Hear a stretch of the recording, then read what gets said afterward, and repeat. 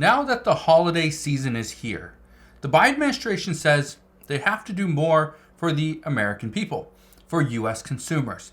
They have to ensure that prices continue to come down because in less than 1 year, we have a major election. And if Democrats plan to win the presidency, win back the House, and remain in control of the Senate, they have to do what the American people and voters want them to do. Now, why is this so important? Well, it's important because it starts now. Congress is attempting to pass certain bills, much of which at this time are going to go to other countries. And the Biden administration says, we've got to do more here on U.S. soil. But what does that mean for you? Well, that's what I'm going to discuss in today's video. All I ask is if you can spend just 2 seconds, go ahead, hit that like button, and let's begin.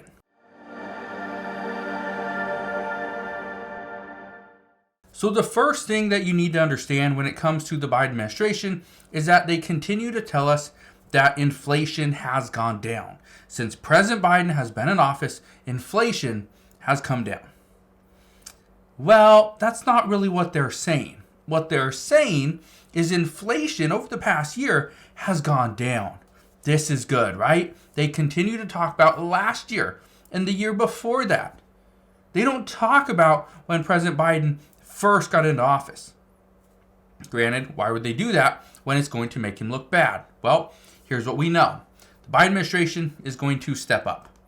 President Biden is touting steps to ease inflation as holiday shopping starts. And they're going to do this by attacking the supply chain. That's the key. Attack the supply chain. Here's how they're going to do it. First, I want to read you a couple statements. This is from President Biden from this morning. He says, "We know the prices are still too high for too many things, that times are still too tough for too many families. We've made progress, but we have more work to do." And President Biden is accusing companies of something called price gouging. Okay? They're keeping prices of consumer goods artificially high, even as supply chain problems have receded. He goes on to say, "Let me be clear to any corporation that has not brought their prices back down, even as inflation has come down, even as supply chains have been rebuilt, it's time to stop the price gouging. But let me be clear. Our supply chain issues, yes, the majority of them have been rebuilt, but we still have issues with the Panama Canal. The Panama Canal is so backed up at this moment that there are ships turning around, going through the Suez Canal.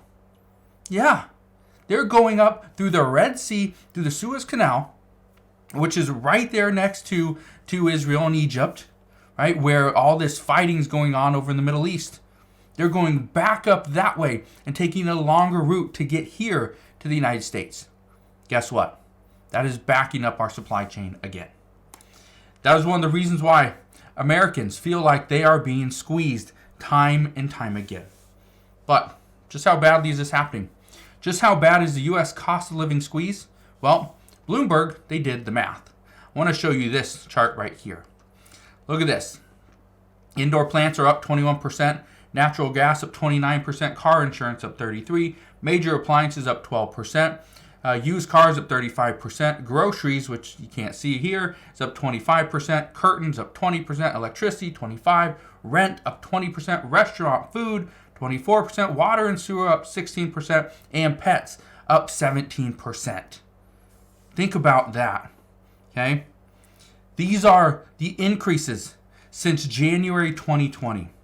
Now I want to read you this first couple sentences, or first paragraphs here on this article from Bloomberg.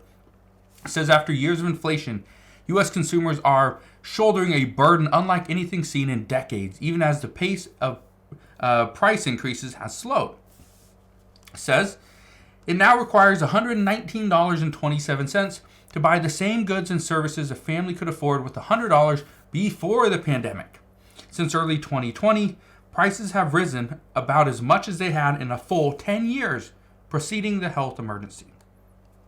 Obviously, nobody could have predicted that pandemic, but at the same time, all the money that we push back into the economy, the stimulus checks, right, the PPP funding, all that stuff, was that all needed?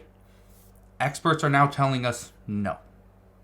Stimulus checks, for a majority of them, were needed, especially in the beginning phase of the pandemic. In the latter part, especially under former or current President Biden, the Biden administration, those additional $1,400 checks, were those needed? Not to the majority of people that received them. And so now they're questioning whether or not their policy, right, the laws that they put in place, those were correct. Now, something else is happening. And this is how President Biden plans to use an old law. Okay, I want to show you this. Biden plans to use Cold War era law in an attempt to lower prices. It says, in the Defense Production Act of 1950, passed to streamline production during Korean War, was last used during the pandemic. Now, I want to read a little bit of this to you, okay? Because this is important.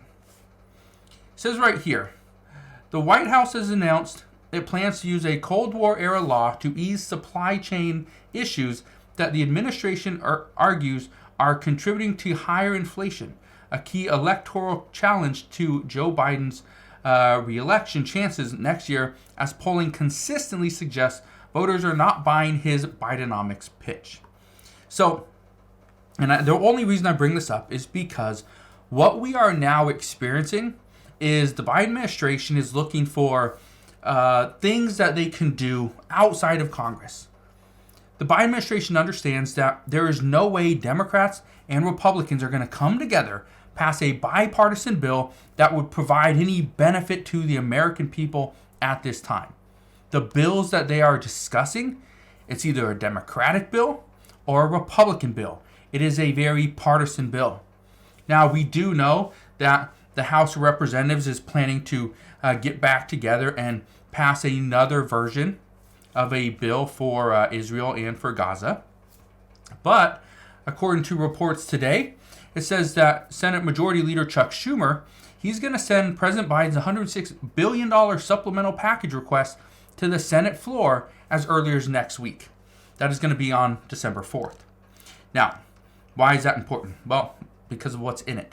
It says the White House's supplemental request, which was sent to Congress in October, includes $61.4 billion for Ukraine, $14.3 billion for Israel, with $10.6 billion allocated for military aid, $13.6 billion for some border security provisions, and significant investments in Indo-Pacific security assistance, totaling around $7.4 billion. Additionally, there's $9 billion earmarked for humanitarian aid in Ukraine, Israel, and Gaza. So $106 billion is going to get us. I know. It's a big bill, great bill, right? This is something that many experts are worried. We are going to continue to give money to Israel, the $14.3 billion. What I heard today was Israel stating that this war has cost them a little bit over $50 billion so far. So this war has cost them about $50 billion, and the United States is going to come in and give them $14.3 billion? Does that make sense? The United States is going to pretty much fund a third of this war? And that's the start. We've already given Israel $3.8 billion for 2023 as well. And we will probably give them an additional $3.8 billion in 2024. And so this is turning into a massive problem. Is what does the Biden administration think is the priority? Is it Israel? Is it Ukraine? Is it the American people? Is it the border situation? Because according to the FBI director, Christopher Wray, he's saying that we have a real crisis. We know there's hundreds of terrorists that are on our terrorist watch list that are here inside the United States at this time.